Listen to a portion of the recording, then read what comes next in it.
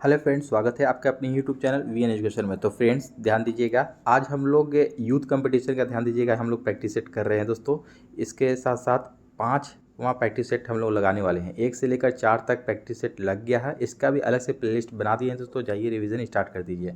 ध्यान दीजिएगा, यहाँ पर आपको ये टोटल आपको 16 पेपर्स प्रैक्टिस बुक दोनों हैं इसमें। तो ध्यान दीजिएगा, 16 आपको सेट इस पर दिया गया है, जिसमें हम लोग 5वां सेट करने वाले हैं। और पीडीएफ जिन्हें भी चाहिए, पीडीएफ के लिए टेलीग्राम पर मिल जाता है पीडीएफ, वहाँ से आप लोग ज्वाइन कर लीजिए, वहाँ से मिल जाएगा आप लोगों को पीडीएफ भी। वहाँ से आप लोग मैथ और रीजनिंग का भी प्रैक्टिस स्टार्ट कर देंगे, ठीक है। तो ध्यान दीजिए, चलिए चलते हैं सीधे प्रश्न की ओर बिना देरी किए। और प्रश्न की ओर जाने से पहले एक रिक्वेस्ट है कि जो भी चैनल को अगर विजिट करके नए आए हैं, हमारे चैनल को सब्सक्राइब करें और अपने दोस्तों में शेयर ज़रूर कर दें। देखते हैं आज का पहला प्रश्न है। तो फ्रेंड्स का पहला प्रश्न है 76 से यहाँ से आपको स्टार्ट हुआ। देखिएगा, इससे पहले 1 से लेकर 75 तक में मैथ और रीजनिंग का प्रश्न दिया हुआ है, आप लोग पीडीएफ से वहाँ से प्रैक्टिस करेंगे। ध्यान दीजिएगा, पहला प्रश्न कहता है यहाँ पर सेट नंबर 5 का, निम्नलिखित में से गंगा की कौन सी सहायक नदी के पास से उत्तरी धारा है। ध्यान दीजिएगा, यहाँ पर कहता है कि निम्नलिखित में से गंगा की कौन सी कह रहा है कि सहायक नदी के पास आपको उत्तरी धारा है। तो यहाँ पर ध्यान दीजिएगा, उत्तरी धारा आपको यहाँ पर सोन नदी है, ठीक है। उत्तर की ओर से आकर के सोन नदी यहाँ पर इसमें मिल जाती है। ध्यान दीजिएगा, कहता है कि गंगा की जो सहायक नदी सोन नदी है वो उत्तरी धारा है। और सोन नदी का उद्गम स्थल अगर पूछ देगा तो याद ध्यान रखिएगा कि अमरकंटक की पहाड़ी से ये निकलती है, ठीक है। मैकाल पर्वत के अमरकंटक नामक पठारी से निकलती है ये, जो कि मध्य प्रदेश, उत्तर प्रदेश और बिहार में बहती हुई पटना में आपको गंगा के पास आके ये मिल जाती है, ठीक है।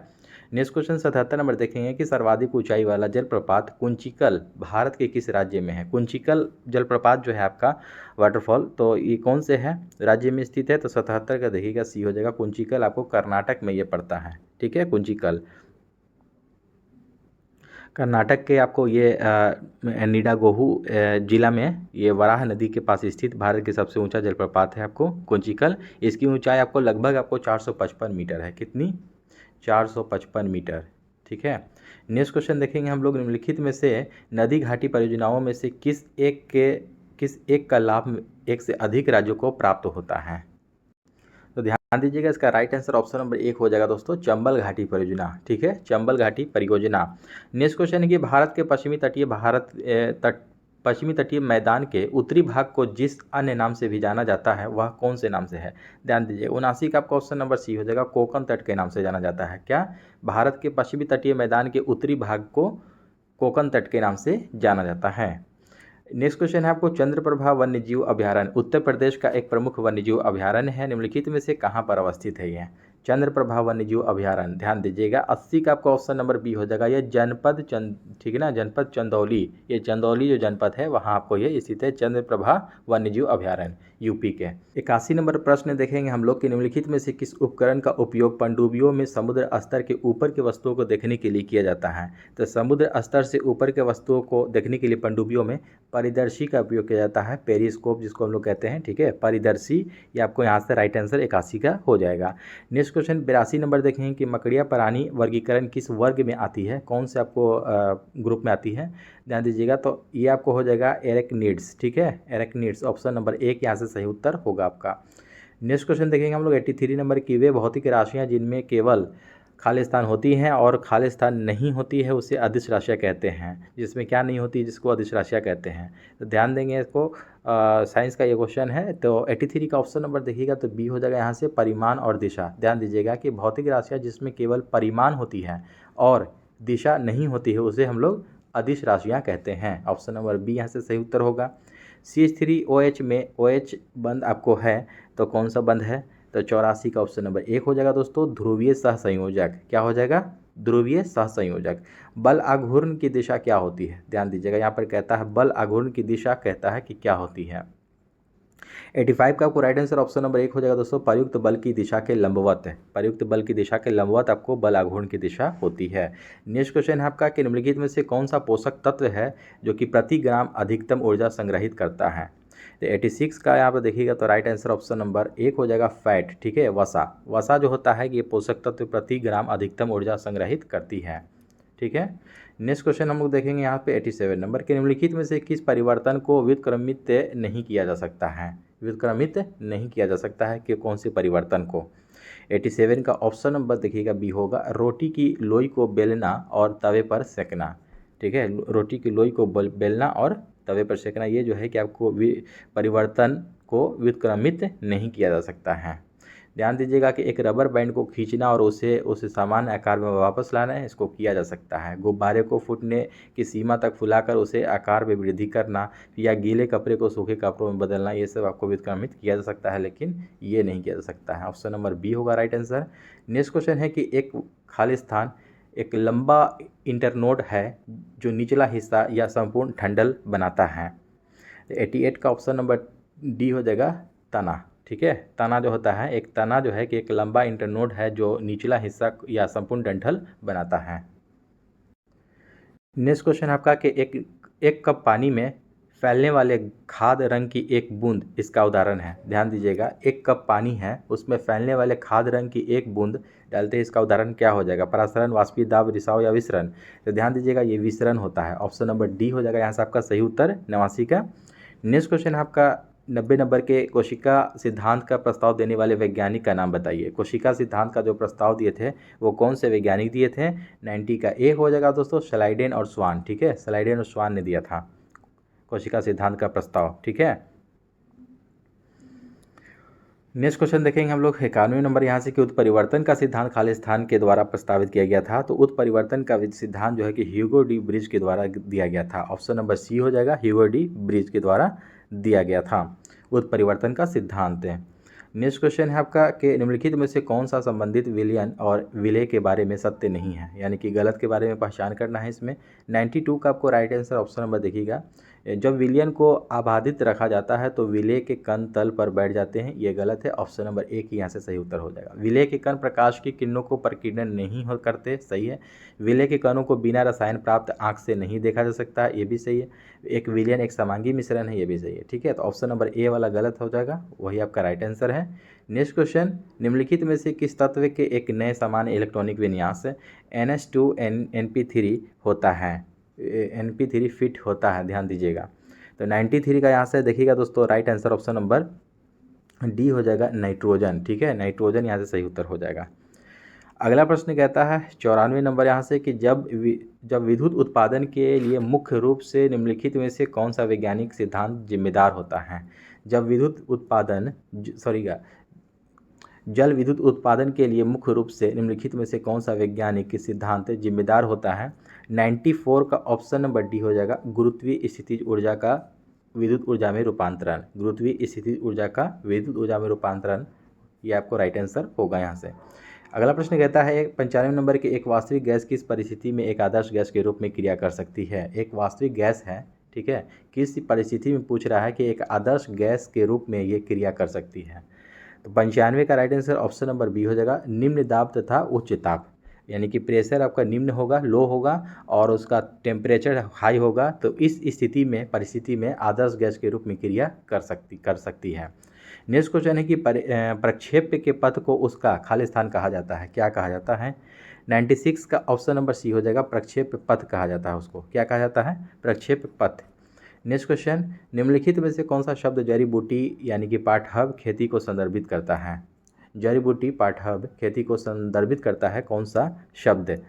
97 का राइट आंसर ऑप्शन नंबर देखिएगा तो डी हो जाएगा, यहाँ से आपको सब्जियों की खेती। क्या हो जाएगा? सब्जियों की खेती। नेक्स्ट क्वेश्चन है आपको कि बहुगुणिता यानी कि पॉलीप्लाइडी किसमें परिवर्तन होने पर होती है? तो 98 का ऑप्शन नंबर सी हो जाएगा दोस्तों, क्रोमोसोम की संख्या। ठीक है, बहुगुणिता किसमें परिवर्तन होने पर होती है? तो क्रोमोसोम की संख्या में परिवर्तन होने पर बहुगुणिता होती है। 98 का right answer option number C हो जाएगा यहाँ से आपका।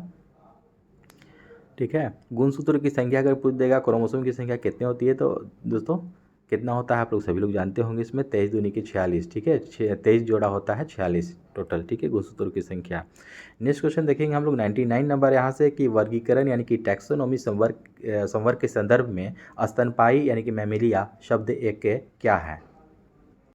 तो 99 का आपको राइट आंसर देखिएगा क्या हो जाएगा, ऑप्शन नंबर यहाँ पर सी हो जाएगा, वर्ग यानी कि ग्रुप। ठीक है, एंगस्ट्रम खाली स्थान के मापन की इकाई है, किसकी इकाई है एंगस्ट्रम?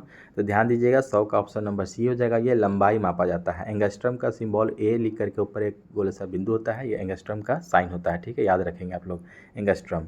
नेक्स्ट क्वेश्चन है कि वर्ष खाली स्थान में बर्मा स्वतंत्र संप्रभु गणराज्य बन गया, यानी कि बर्मा जो है कि स्वतंत्र संप्रभु गणराज्य कब बना था, कौन से ईयर में? तो 101 का ध्यान दीजिएगा यहाँ पर right answer option number D हो जाएगा, 1948 ईस्वी में ये आज़ाद हुआ था बर्मा। ठीक है, नेक्स्ट क्वेश्चन है, निम्नलिखित में से कौन सा धार्मिक समुदाय व्यवहारिक जीवन में 10 सार्वभौमिक गुणों का पालन करके आत्मशुद्धि और उत्थान के लिए प्रतिवर्ष पर्युषण पर्व मनाया जाता है? 102 का देखेंगे हम लोग यहाँ से, जैन समुदाय यहाँ से सही उत्तर होगा, जैन समुदाय में। नेक्स्ट क्वेश्चन है कि निम्नलिखित में से कौन कनिष्क के राजवैद्य थे? कनिष्क के राजवैद्य कौन था इनमें से? वसुमित्र, नागार्जुन, चरक या पतंजलि? 103 का ऑप्शन नंबर देखिएगा चरक हो जाएगा यहाँ से सी। चरक जो थे कि आपको कनिष्क के राजवैद्य थे। ठीक है, ये कनिष्क कौन था? कुषाण वंश का ये सबसे प्रतापी राजा था, कुषाण वंश का कनिष्क। ठीक है, ऐसे कुषाण वंश का संस्थापक अगर पूछ देगा तो कुजुल कटफिशिस नाम याद रखेंगे आप लोग, लेकिन अगर सबसे प्रतापी शासक पूछेगा तो कनिष्क याद रखिएगा। शक संवत की शुरुआत कनिष्क ने ही किया था 78 ईस्वी में। कब? 78 ईस्वी में, याद रखिएगा। नेक्स्ट क्वेश्चन यहाँ पर 104 नंबर कहता है कि लोकप्रिय शैल कर्तित मूर्ति गंगावतरण भारत के निम्नलिखित में से किस स्थान पर पाई जाती है?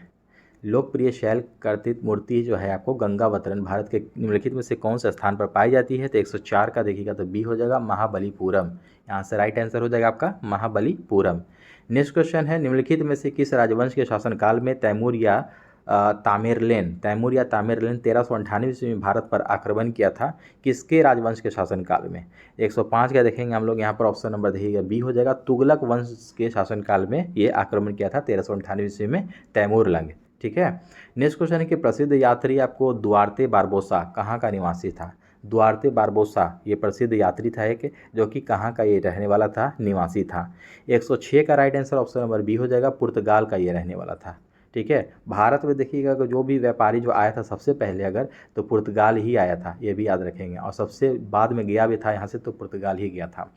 नेक्स्ट क्वेश्चन देखेंगे हम लोग, वाइकोम सत्याग्रह 1924-25 में कहाँ चलाया गया? वाइकोम सत्याग्रह जो चला था 1924-25 में, ये कहाँ चलाया गया था? तो 107 का देखिएगा आपको, ये केरल हो जाएगा यहाँ से सही उत्तर, ऑप्शन नंबर 1 हो जाएगा यहाँ से, ये आपको केरल में चलाया गया था। ठीक है, किसके नेतृत्व में अगर पूछ देगा तो आंदोलन, ये नेतृत्व आपको टी के माधवन के कलप्पन तथा के.पी. केशव मेनन के ने किया था। ये नेतृत्व 3 आदमियों ने मिल करके वाइकोम सत्याग्रह 1924-25 में चलाया गया था केरल में। नेक्स्ट क्वेश्चन है कि भगत सिंह, सुखदेव और राजगुरु को उनकी पुण्यतिथि पर श्रद्धांजलि देने के लिए भारत में 23 मार्च को कौन सा यह दिवस के रूप में मनाया जाता है? 108 का देखिएगा ऑप्शन नंबर बी हो जाएगा, शहीद दिवस के रूप में 23 मार्च को मनाया जाता है। ऐसे शहीद दिवस एक आपको 30 जनवरी को गांधी जी के पुण्यतिथि पर भी मनाया जाता है, 30 जनवरी को, यह भी याद रखिएगा। ठीक है, नेक्स्ट क्वेश्चन देखेंगे हम लोग यहाँ से, 109 नंबर यहाँ से प्रश्न कहता है कि राष्ट्रीय कांग्रेस कार्यकारी समिति ने भारत छोड़ो नामक आंदोलन का अनुमोदन किया था, तो कहाँ से किया था? तो ध्यान दीजिएगा 109 का आपको right answer option number C हो जाएगा, मुंबई से किया था। कहाँ से? मुंबई से। भारत छोड़ो नामक आंदोलन कब किया था? छोटा डेट याद रखिएगा, 8/8/1942। ठीक है, 8/8/1942 याद रखिएगा। नेक्स्ट क्वेश्चन है 110 नंबर, यहाँ से कहता है कि निम्नलिखित में से किस भारतीय राज्य की सीमा नेपाल से नहीं लगती है? ठीक है, नेपाल से नहीं लगती है किसकी? 110 का देखिएगा आपको, असम यहाँ से राइट आंसर हो जाएगा, ये इसकी नहीं लगती है। पश्चिम बंगाल की लगती है, उत्तराखंड भी हो जाएगा, उत्तर प्रदेश भी लगता है, लेकिन आपको नेपाल से अगर बोला जाए तो भारतीय राज्य असम का नहीं लगता है।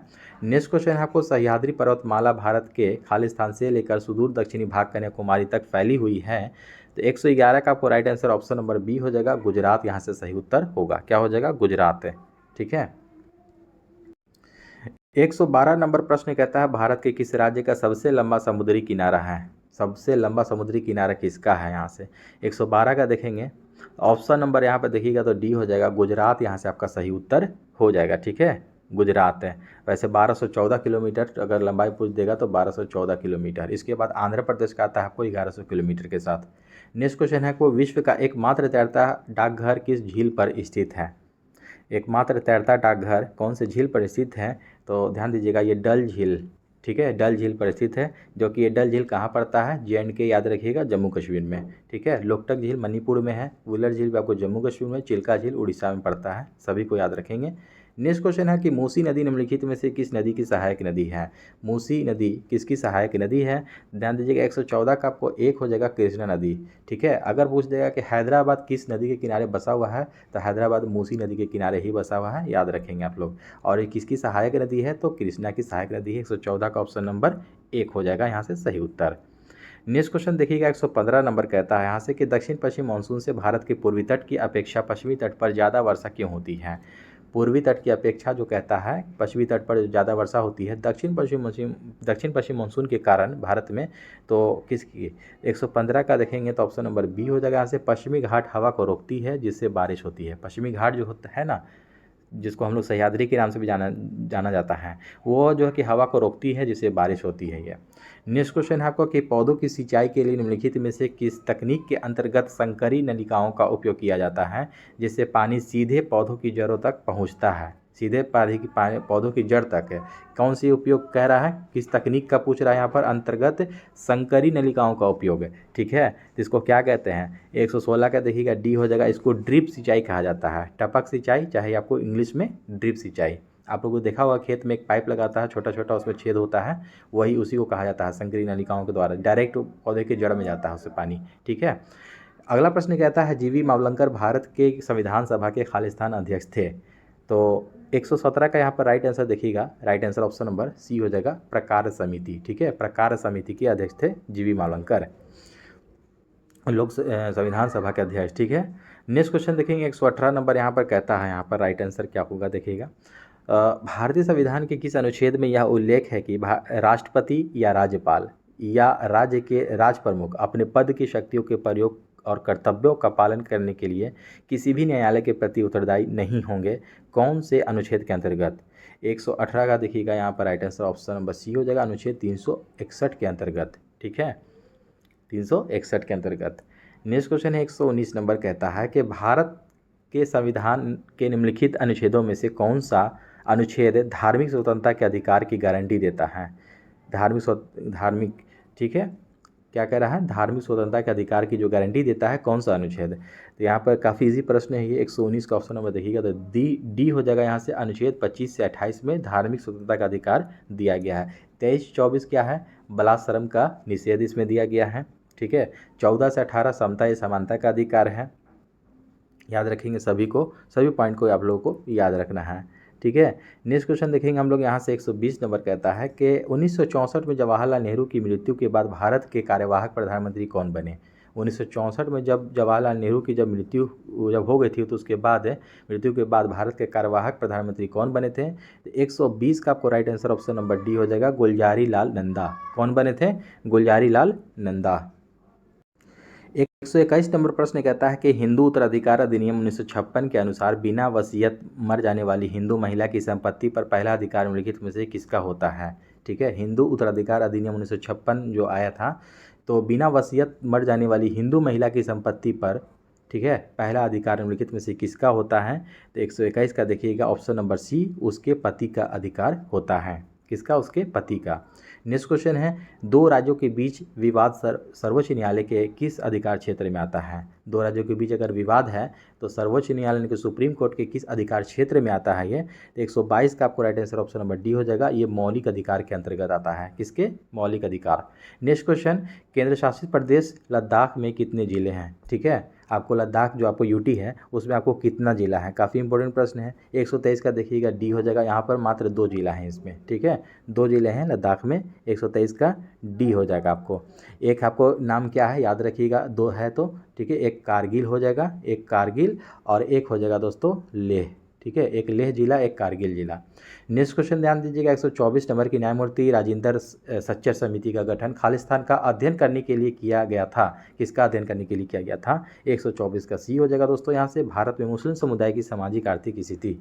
ठीक है, भारत में मुस्लिम समुदाय की सामाजिक आर्थिक स्थिति का अध्ययन करने के लिए न्यायमूर्ति राजेंद्र सच्चर समिति का गठन किया गया था। 125 नंबर प्रश्न कहता है कि एक नया राज्य बनाने में संवैधानिक संशोधन के लिए कैसा बहुमत चाहिए। ठीक है, एक नया राज्य बनाने के लिए 125 का ऑप्शन नंबर 1 हो जाएगा, साधारण विधेयक चाहिए, बहुमत चाहिए। ठीक है, साधारण। नेक्स्ट क्वेश्चन है आपका कि भारतीय राजनीतिक पार्टी CPIM का पूरा नाम क्या है? CPIM का पूरा नाम पूछ रहा है यहाँ पे से। तो 126 का देखिएगा तो राइट आंसर ऑप्शन नंबर यहाँ पर डी हो जाएगा दोस्तों, कम्युनिस्ट पार्टी ऑफ इंडिया मार्क्सवादी। ठीक है, कम्युनिस्ट पार्टी ऑफ इंडिया मार्क्सवादी CPIM का फुल फॉर्म है। नेक्स्ट क्वेश्चन, निवल राष्ट्रीय उत्पाद बाजार कीमत पर अप्रत्यक्ष कर माइनस उत्पादन क्या हो जाएगा? इक्वल टू अप्रत्यक्ष कर माइनस उत्पादन क्या हो जाएगा? 127 का देखिएगा राइट आंसर ऑप्शन नंबर यहाँ पर सी हो जाएगा, राष्ट्रीय आय। यानी कि अप्रत्यक्ष कर माइनस उत्पादन उपदान इज इक्वल टू राष्ट्रीय आय। नेक्स्ट क्वेश्चन है आपका कि पटना जिला में गाड़ियों के निबंधन के लिए जिला कोड है। काफ़ी अच्छे प्रश्न है। पटना जिला में गाड़ियों के निबंधन के लिए जिला कोड क्या है इनमें से? 128 का देखिएगा ऑप्शन नंबर 1 हो जाएगा BR01। ठीक है, BR01 है। नेक्स्ट क्वेश्चन, भारत की जनगणना 2011 के अनुसार बिहार में महिला साक्षरता दर क्या है? बिहार में पूछ रहा है महिला साक्षरता दर कितना है 2011 के अनुसार जनगणना में? 129 का ऑप्शन नंबर देखिएगा डी हो जाएगा 51.50%। याद रखिएगा 51.50% है महिला साक्षरता दर। नेक्स्ट क्वेश्चन है कि बिहार विधानसभा में अनुसूचित जाति के लिए अनुसूचित जाति के उम्मीदवारों के लिए कितनी सीटें आरक्षित है यानी कि रिजर्व हैं? बिहार विधानसभा में अनुसूचित जाति के लिए यानी कि SC के लिए पूछ रहा है कितने सीट रिजर्व हैं। तो यहाँ पर ध्यान दीजिएगा, यहाँ पर राइट आंसर ऑप्शन नंबर देखिएगा तो SC के लिए आपको बिहार विधानसभा में कितनी सीटें रिजर्व हैं? तो 38 सीट। ध्यान रखिएगा 38 सीट। और अगर ST के लिए पूछ देगा तो ST के लिए 2 सीट आपको रिजर्व है। कितना? 2 सीट, या इसको भी याद रखना है। टोटल सीट कितना है यहाँ पर विधानसभा में? 243। ठीक है, 243 सीटें हैं बिहार विधानसभा में, इसको भी याद रखिएगा, काफ़ी इंपॉर्टेंट है। ठीक है, नेक्स्ट क्वेश्चन हम लोग देखेंगे यहाँ से अब 131 नंबर प्रश्न कहता है यहाँ से कि बिहार का प्रसिद्ध पशु मेला कार्तिक पूर्णिमा में आयोजित होता है। तो 131 का ऑप्शन नंबर डी हो जाएगा। यहाँ पर देखिएगा सोनपुर में जो मेला लगता है ना आपको, ये वर्ल्ड फेमस है। ठीक है, ये कार्तिक पूर्णिमा में आयोजित होता है बिहार का प्रसिद्ध पशु मेला। नेक्स्ट क्वेश्चन है आपका कि बिहार का द्वितीय राजभाषा क्या है? बिहार का द्वितीय राजभाषा सेकेंड आपको जो राजभाषा है क्या है? तो 132 का ऑप्शन नंबर 1 हो जाएगा उर्दू। ठीक है, उर्दू याद रखिएगा आप लोग, काफ़ी इंपॉर्टेंट प्रश्न है। बिहार में आपको देखिएगा हिंदी भाषा शैक्षिक और आधिकारिक मामलों के लिए इस्तेमाल की जाने वाली भाषा है, जबकि 1981 में बिहार की दूसरी आधिकारिक भाषा का दर्जा जो दिया गया तो उर्दू को प्रदान किया गया है। ये सेकेंड है। ठीक है ना, याद रखिएगा। पहली भाषा अगर पूछ देगा तो हिंदी याद रखना है। नेक्स्ट क्वेश्चन है कि प्रधानमंत्री उज्ज्वल योजना इनमें से किस वर्ष में प्रारंभ की गई थी? प्रधानमंत्री उज्ज्वल योजना, तो 133 का ऑप्शन नंबर 1 हो जाएगा, 2016 में ये किया गया था। नेक्स्ट क्वेश्चन है कि गोल्डन हैंडशेक, ठीक है, गोल्डन हैंडशेक निम्नलिखित में से किस योजना का एक और नाम है? 134 का ऑप्शन नंबर देखिएगा यहाँ से right answer option number B हो जाएगा, स्वैच्छिक सेवानिवृत्ति योजना। स्वैच्छिक सेवानिवृत्ति योजना को ही गोल्डन हैंडशेक योजना कहा जाता है। नेक्स्ट क्वेश्चन 135 नंबर के अटल पेंशन योजना में सम्मिलित होने के लिए अधिकतम आयु क्या है? अटल पेंशन योजना में सम्मिलित होने के लिए अधिकतम आयु कितना है? 135 का ऑप्शन नंबर सी हो जाएगा 40 वर्ष। कितना हो जाएगा? 40 साल। नेक्स्ट क्वेश्चन आपका कि न्यूरॉन सिद्धांत के लिए 1906 में ध्यान दीजिएगा 1906 में नोबेल पुरस्कार किसने जीता? किसके लिए? न्यूरॉन सिद्धांत के लिए। 136 का आपको right answer option number B हो जाएगा दोस्तों, Santiago Ramon y Cajal. Santiago Ramon y Cajal ने जीता था। नेक्स्ट क्वेश्चन 137 नंबर देखिएगा, यहाँ पर ऑस्कर पुरस्कार जीतने वाले पहले अभिनेता का नाम क्या है? ऑस्कर अवार्ड पाने वाले पहले अभिनेता का यहाँ पर नाम पूछ रहा है, क्या है? 137 का ऑप्शन नंबर यहाँ पर सी हो जाएगा दोस्तों, एमिल जेनिंग्स। एमिल जेनिंग्स याद रखेंगे आप लोग। अगला प्रश्न कहता है कि लोना शब्द का प्रयोग किस खेल में किया जाता है? तो लोना शब्द का जो प्रयोग है आपको ये कबड्डी में किया जाता है। किसमें? कबड्डी में। कबड्डी में कितने खिलाड़ियों की संख्या होती है? 7, याद रखिएगा 7 होती है। नेक्स्ट क्वेश्चन यहाँ पर देखिएगा वॉलीबॉल में आपको कितने खिलाड़ी की संख्या होती है? वॉलीबॉल में 9 होता है। ठीक है, याद रखिएगा आप लोग को। बेसबॉल में 6 ठो, बास्केटबॉल में आपको 5 ठो होता है, खो खो में भी शायद 9 होता है। नेक्स्ट क्वेश्चन देखिएगा आपको 139 नंबर देखिएगा क्वेश्चन कि ग्रीन पार्क स्टेडियम कहाँ स्थित है? तो ग्रीन पार्क स्टेडियम आपको ये कानपुर में है। ऑप्शन नंबर सी यहाँ से आपका राइट आंसर हो जाएगा। ठीक है, कानपुर में स्थित है। ग्रीन पार्क जो नाम पड़ा है आपको, ये 1940 के दशक में यहाँ आपको घुड़सवारी का अभ्यास करती थी, यहाँ पर ध्यान रखिएगा। नेक्स्ट क्वेश्चन 114, क्वेश्चन नंबर 40 देखेंगे कि 11 जुलाई को प्रत्येक वर्ष खाली स्थान के रूप में मनाया जाता है, यानी कि 11 जुलाई को, यानी कि प्रत्येक वर्ष जो मनाया जाता है किस रूप में मनाया जाता है? 11 जुलाई आप लोग सभी लोग जानते हो, काफ़ी ईजी प्रश्न है। ये आपको विश्व जनसंख्या दिवस मनाया जाता है 11 जुलाई को, ठीक है। 11 जुलाई को विश्व जनसंख्या दिवस मनाया जाता है। विश्व पर्यावरण दिवस अगर पूछ देगा दोस्तों, तो विश्व पर्यावरण दिवस आपको 5 जून, डेट याद रखिएगा 5 जून, ठीक है, 5 जून, ठीक है। विश्व आपको स्वास्थ्य दिवस अब कर देगा तो 7 अप्रैल, इसका भी डेट याद रखिएगा आप लोग, विश्व 7 अप्रैल, ठीक है। और यहाँ पर ध्यान दीजिएगा, आपका विश्व जल दिवस अगर पूछ देगा तो जल दिवस आपको 22 मार्च को मनाया जाता है, इसको भी याद रखिएगा 22 मार्च, ठीक है। नेक्स्ट क्वेश्चन देखेंगे हम लोग। 141 नंबर प्रश्न कहता है कि प्रसिद्ध उपन्यास द इनहेरिटेंस ऑफ लॉस किसने लिखा? ध्यान दीजिएगा, द इनहेरिटेंस ऑफ लॉस किसने लिखा? प्रसिद्ध एक उपन्यास है ये, तो 141 का डी हो जाएगा, किरण देसाई का ये लिखा हुआ है, याद रखेंगे। नेक्स्ट क्वेश्चन है, पेरिस खालिस्तान की राजधानी है, पेरिस आपको किसकी राजधानी है? तो 142 का ऑप्शन नंबर 1 हो जाएगा, ये फ्रांस की राजधानी है पेरिस, ठीक है, फ्रांस की राजधानी है पेरिस है। और नॉर्वे की राजधानी क्या हो जाएगी? ओस्लो, नॉर्वे की राजधानी ओस्लो याद रखेंगे, ठीक है। कनाडा की राजधानी ओटावा होता है, और ग्रीस की राजधानी क्या है? एथेंस, ग्रीस की राजधानी एथेंस, सभी का याद रखना है। नेक्स्ट क्वेश्चन आपका कि एम्स्टर्डम खालिस्तान की राजधानी है, एम्स्टर्डम आपको किसकी राजधानी है? ध्यान दीजिएगा, तो एम्स्टर्डम आपको 143 का right answer option number B हो जाएगा, ये नीदरलैंड की राजधानी है, ठीक है, एम्स्टर्डम नीदरलैंड की राजधानी। यूएई यानी कि यूनाइटेड अरब अमीरात है, इसकी राजधानी आपको अबू धाबी है, याद रखिएगा। दक्षिण कोरिया की राजधानी आपको सियोल हो जाता है, इसको भी याद रखना है। इटली की राजधानी रोम है, इसे भी याद रखना है, ठीक है। कॉन्टैक्ट लेंस का आविष्कार किसने किया था? कॉन्टैक्ट लेंस का आविष्कार 144 का बी हो जाएगा आपको, एडोल्फ गैस्टन यूजेन फिक, एडोल्फ गैस्टन यूजेन फिक ने आपको कॉन्टैक्ट लेंस का आविष्कार किया था। नेक्स्ट क्वेश्चन देखेंगे हम लोग यहाँ पर, परमाणु रिएक्टर का आविष्कार किसने किया? परमाणु रिएक्टर का आविष्कार किसने किया था? 145 का राइट आंसर ऑप्शन नंबर 1 हो जाएगा, एनरिको फर्मी, ठीक है, एनरिको फर्मी ने परमाणु रिएक्टर का आविष्कार किया था, ठीक है। नेक्स्ट क्वेश्चन आपको 146 नंबर प्रश्न कहता है कि खेल मंत्री अनुराग ठाकुर ने किस शहर में एशियाई युवा और जूनियर भारोत्तोलन चैंपियनशिप 2023 का उद्घाटन किया है? ठीक है, एशियाई युवा और जूनियर भारोत्तोलन चैंपियनशिप 2023 का आयोजन किया है, तो 146 का आपको right answer option number B हो जाएगा, यहाँ से ग्रेटर नोएडा, क्या हो जाएगा? ग्रेटर नोएडा। नेक्स्ट क्वेश्चन देखेंगे हम लोग यहाँ से कि देश का कौन सा विश्वविद्यालय ज्योतिष ओपीडी शुरू करने जा रहा है? ज्योतिष ओपीडी शुरू करने जा रहा है, तो 147 का ऑप्शन नंबर बी हो जाएगा, यहाँ से संपूर्णानंद संस्कृत विश्वविद्यालय, ठीक है, संपूर्णानंद संस्कृत विश्वविद्यालय।